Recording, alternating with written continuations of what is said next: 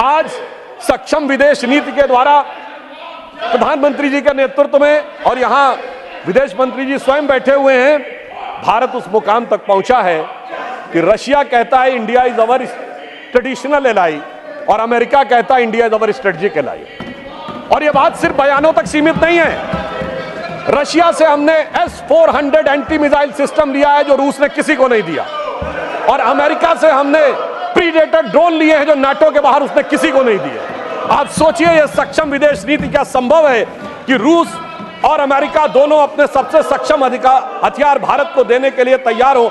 और मैं एक वाकया बताना चाहता हूं, हमारे विरोधी विदेश नीति को हमारी डोमेस्टिक पॉलिटिक्स के चश्मे से देखते रहते हैं और उसमें देश का नुकसान होता रहता था। कोई इजराइल जाता था तो फिलिस्तीन नहीं जाता था, फिलिस्तीन से बात करेगा तो इजराइल से बात नहीं करेगा। पर मैं एक घटना बताना चाहता हूं, माननीय प्रधानमंत्री महोदय जब फिलिस्तीन जा रहे थे तो वो जॉर्डन में रुके और जॉर्डन के शाह ने कहा कि वो उनके पर्सनल हेलीकॉप्टर में उनको भेजेंगे पैलेस्टीन।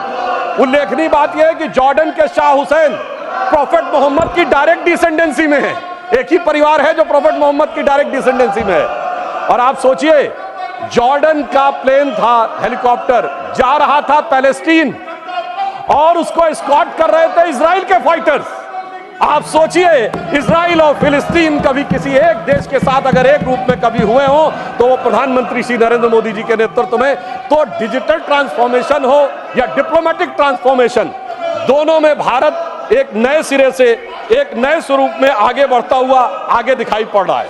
परंतु अफसोस की बात यह है कि हमारे जो विरोधी हैं वो इस विषय के लेकर जिस प्रकार का वातावरण इन चुनावों के दौरान दिखा उसमें भी एक विदेश का संबंध दिखा। सभापति महोदय, मैं आपसे कहना चाहता हूं, भारत का यह चुनाव भारत के इतिहास का इकलौता चुनाव था जब विदेश में बैठे हुए किसी धन कुबेर ने यह कहा हो कि वो $1 बिलियन खर्च करेगा मोदी जी की सरकार को हटाने के लिए। यह चुनाव भारत के इतिहास का इकलौता चुनाव था जब चुनाव भारत में हो रहा था और कांग्रेस के नेता आर्टिकल विदेश के अखबारों में लिख रहे थे। शशि थरूर जी ने बांग्लादेश के अखबार डेली स्टार में आर्टिकल लिखा, मोदी हैज टू गो। अरे भाई, विदेश के अखबार में क्यों लिख रहे हो मोदी हैज टू गो? और उसके बाद भी, और ये इतिहास का पहला चुनाव था जब पाकिस्तान के एक मंत्री स्तर के व्यक्ति ने कांग्रेस और राहुल गांधी जी की भूरी भूरी प्रशंसा ही नहीं की। उनका वर्ड था फवाद चौधरी का कि बीजेपी हटनी चाहिए, मोदी जाना चाहिए, उसके बाद जो मर्जी हो कर लेंगे, यानी इन वर्बेटम वही था जो था।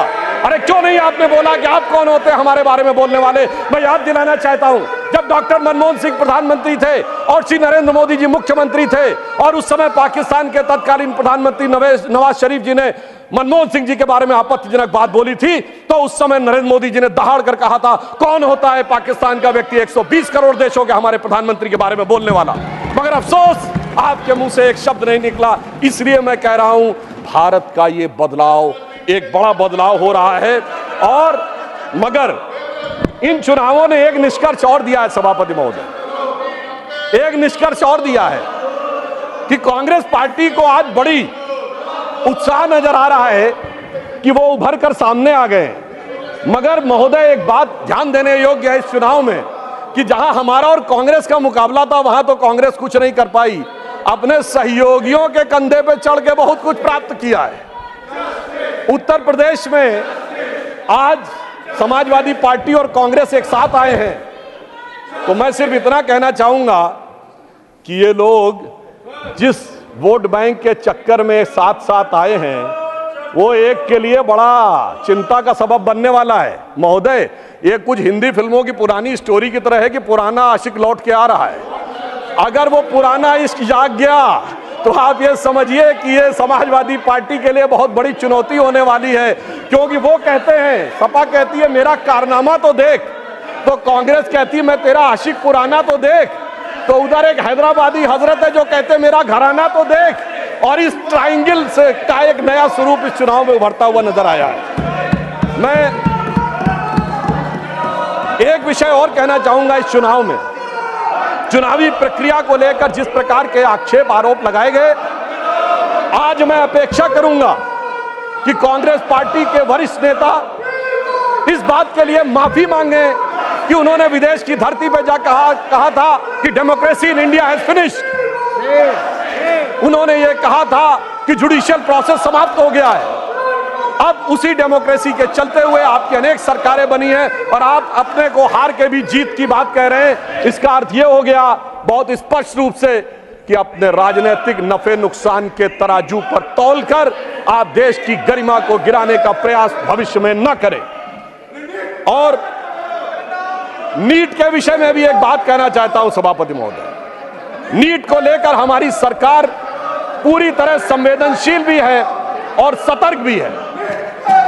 हमारे शिक्षा मंत्री जी ने कहा किसी एक भी बच्चे के साथ अन्याय नहीं होने देंगे। मगर मैं इनसे पूछना चाहता हूं, जब एनटीए के चीफ को हटा दिया गया, जांच कॉन्स्टिट्यूट हो गई, मामला सर्वोच्च न्यायालय में विचाराधीन है, तो ये क्या अपने को सर्वोच्च न्यायालय के विजडम से ऊपर समझते हैं?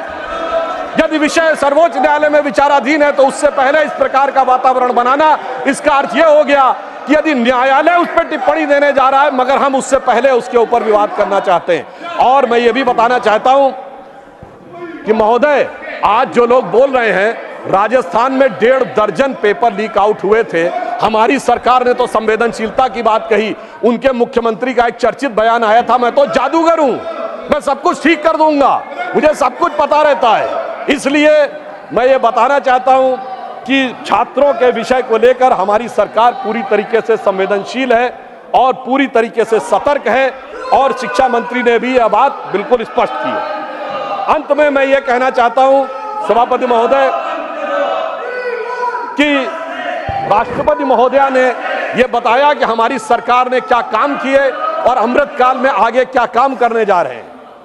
उन्होंने यह शब्द प्रयोग किया था अपने अभिभाषण के अंतिम चरण में कि 25 वर्ष का यह अमृतकाल है, यह भारत का वो आधार बनाएगा जो आने वाले 1000 वर्ष तक भारत के भविष्य का निर्धारण करेगा। इसका अर्थ क्या हुआ कि हमारा 10 साल का परफॉर्मेंस है, 25 साल का प्रोग्राम है और 1000 साल की दृष्टि है और हम 10,000 साल पुराने भारत से भी प्रेरणा लेते हैं। यानी हमारी सोच चुनाव मूलक नहीं है, सभ्यता मूलक है। Our vision is not electoral, it is civilisational.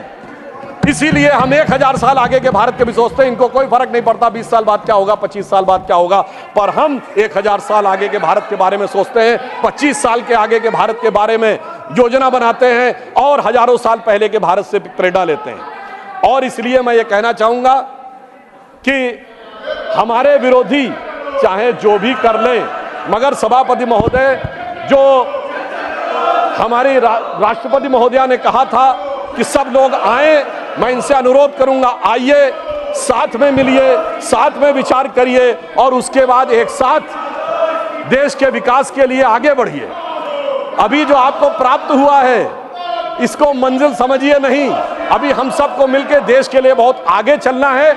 और मैं अंत में एक वाक्य जरूर कहना चाहूंगा, 21वीं सदी भारत की होगी, इसमें कोई संदेह नहीं है। और इस प्रकार के वाद विवाद के बावजूद होती रहेगी, इस प्रकार के वितंडावाद के बावजूद हम आगे बढ़ते रहेंगे और यह उसी विचार को लेकर आगे बढ़ेगी